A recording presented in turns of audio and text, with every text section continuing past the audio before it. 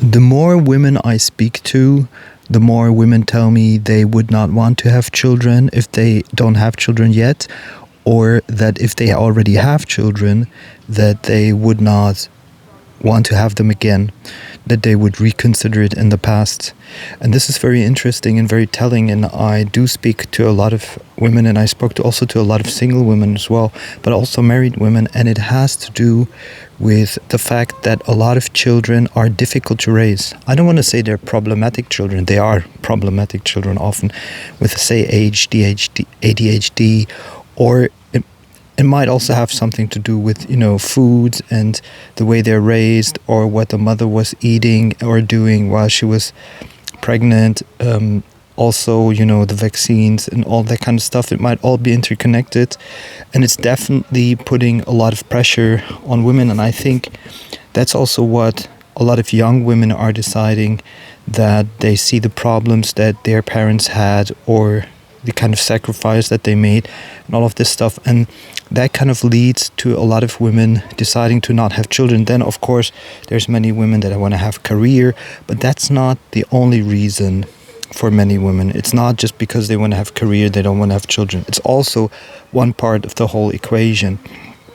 And this is very interesting because I'm 47, I don't have children, I also don't have a partner.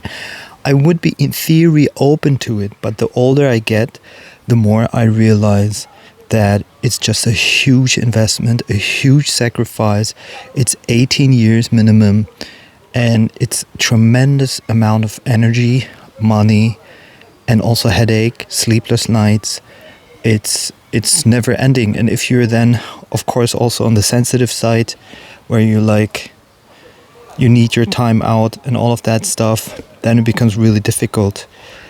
And I think that a lot of people don't recognize how much sacrifice it really is.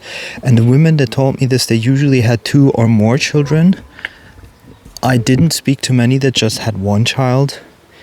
And it's really interesting how it seems like almost every woman that I meet confides that into me. Now, the good thing is that I tend to, when I speak to people, they confide into me a lot because, as a spiritual teacher and as an energy healer and the way I am, even random or for strangers confide a lot into me. And it's really interesting. It's really telling.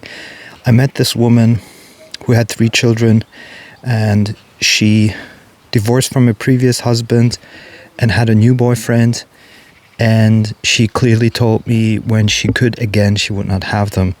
And I met at least 8, 9 women like that really would have reconsidered that. That were pretty clear actually about not having children if they could again. And the thing is, you have certain ages where it's really, really difficult, and certain periods where it takes away all of your energy. So I saw women, where the boys were like 4, 5, 6 years old. And when they have something like ADHD and they scream a lot and they are pushy, it becomes very difficult. And another thing is like when no man is present, you can see that there are no boundaries.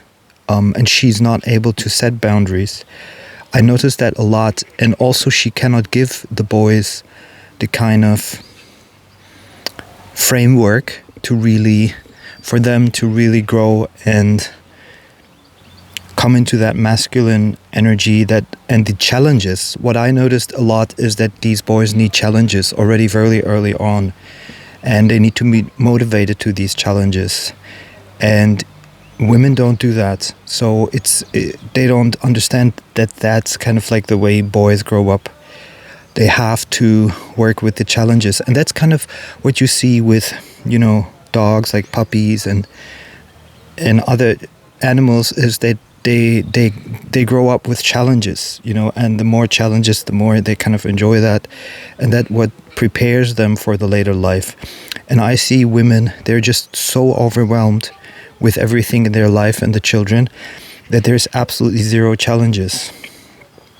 And of course, then if they learn to manipulate the mother, then the last thing that she will give is challenges, because they will kind of try to find the path of most comfort where they manipulate the mother. I noticed this even with a former friend of mine, where you could notice that instead of taking responsibility and searching for work, he was rather, kind of like using his mother and making her work, and her being responsible, for everything, like the food, the money, and everything. And him just studying and his brother just studying, basically.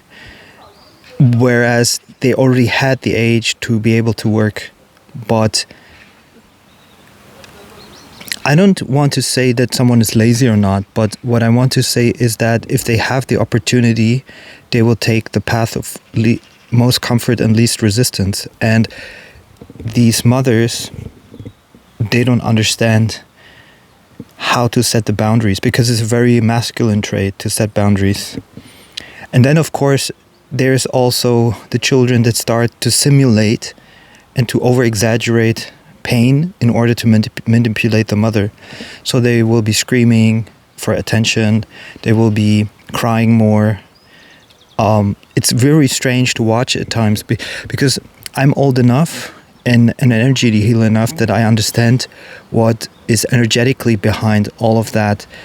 And so it becomes very strange when you see that most of it is manipulation and not really, there is so much self and egocentrism in children that they kind of demand to the parents and to the mother, whereas they have much more autonomy than they think they do. But when they scream and when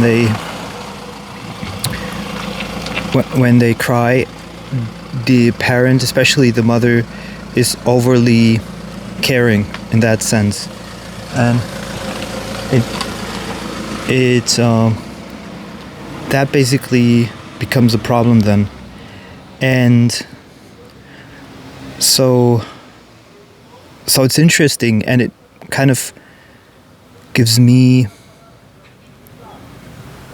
a real question mark whether I really want children ever. So if I had a perfect woman, would I want? Probably in the right setting, but you really must think about it very carefully, because it's nowadays you just need one or two. Let's say you have 2 children or 3 children, and one of them is problematic.